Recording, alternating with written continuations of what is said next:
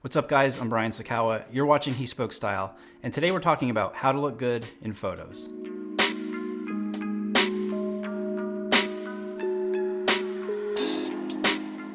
All right, so just right up front, I want to say that I do not consider myself an expert on this topic. I am not a model. But over the years, because of He Spoke Style, I have had my photo taken kind of a lot. And when you're in the habit of being in front of the camera and then seeing what it produces, you tend to learn a thing or two. So today I'm going to share 5 things that I have learned that I hope will help you guys feel more confident when you're getting your photo taken. Number 1 is to smile. Now, my mother always gives me a hard time when she sees photos of me when I'm not smiling, those ones where, I'm trying to look too cool or tough. And it's funny because when Rob and I go out to shoot photos, a lot of times I deliberately try to look serious or intense. And what it looks like when I see the photos is that I just look pissed off. So like my mother, the photos that I tend to like the most are the ones that I am smiling, and they just have a better vibe to them and they just feel more like me. Now, having a good smile in a photo is a little bit of an art. Just giving a big grin can often look a little unnatural. The best smiling photos are typically the ones that look more candid. There are a couple things you can do to create this more natural look. One is to think of a joke or something that always makes you laugh. Or you could also have your photographer tell a joke or make a funny face or do something to get you to loosen up and make you smile. Next is posture.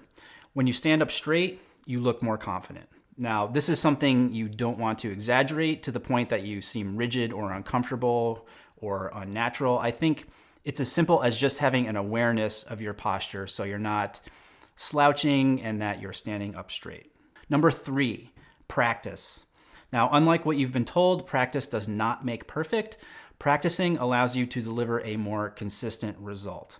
Now, in terms of getting your photo taken, practicing means a couple of things. First, you kind of need to have a little bit of a repertoire, and this is something you develop by looking for inspiration.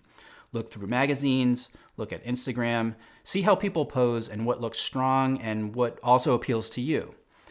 Now, once you have that picture in your mind of what you like, spend some time in front of the mirror practicing some of these poses and seeing what looks good. But most importantly, getting comfortable and feeling what it actually feels like to stand a certain way or to look a certain way. When you're standing in front of the camera, you're not going to have that mirror in front of you. So it's important to develop a kind of muscle memory so that you are nailing the pose that you are going for. Some things to pay attention to are how far apart your feet are. If you are tilting your head, just how far is a little too far, and where do you feel most comfortable having your arms. One other thing I want to add is that instead of just doing static poses, it can be very helpful to incorporate some movement for a more natural or candid look. And that can be as simple as shifting your weight on your feet, taking your hands in and out of your pockets, buttoning and unbuttoning your jacket, looking from side to side. The more you do this, the easier it will get and the more comfortable you are going to feel.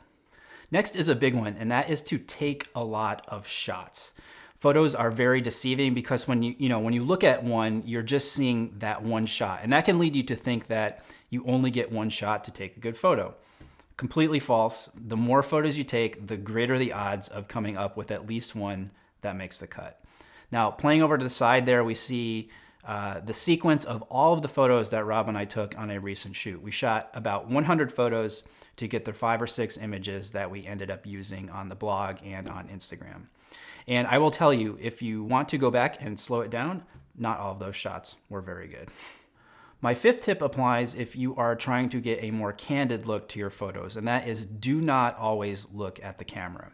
You can look off to either side. I personally like to look down and to the left, for instance, because I know that it will show the part in my hair, and I tend to like how that looks in photos. If you're out on the street, chances are someone is going to say something to you, and those reaction shots are always really good. And you can always just pick something out to look at in the distance or imagine someone is talking to you. Those are all great ways to create or manufacture a candid moment out of something that is completely not. One bonus trick here, and that is a way to give yourself a more structured looking jawline. What you can do is if you bite down very gently with your back teeth, that will give your jawline a more defined appearance. This is not something that you want to overdo, because if you do overdo it or bite down too hard, you will see on your cheeks that you are biting down. But if you do it gently, it will just help to define your jawline ever so slightly. All right, so I hope those tips were helpful. Just to review, smile, stand up straight, practice, take a lot of shots, and don't always look at the camera. Remember, I am not an expert. These are just some things that have worked for me in the past. Leave your comments down below, thumbs up if you like this video, and be sure to subscribe to the channel. Thanks for watching, and stay tailored.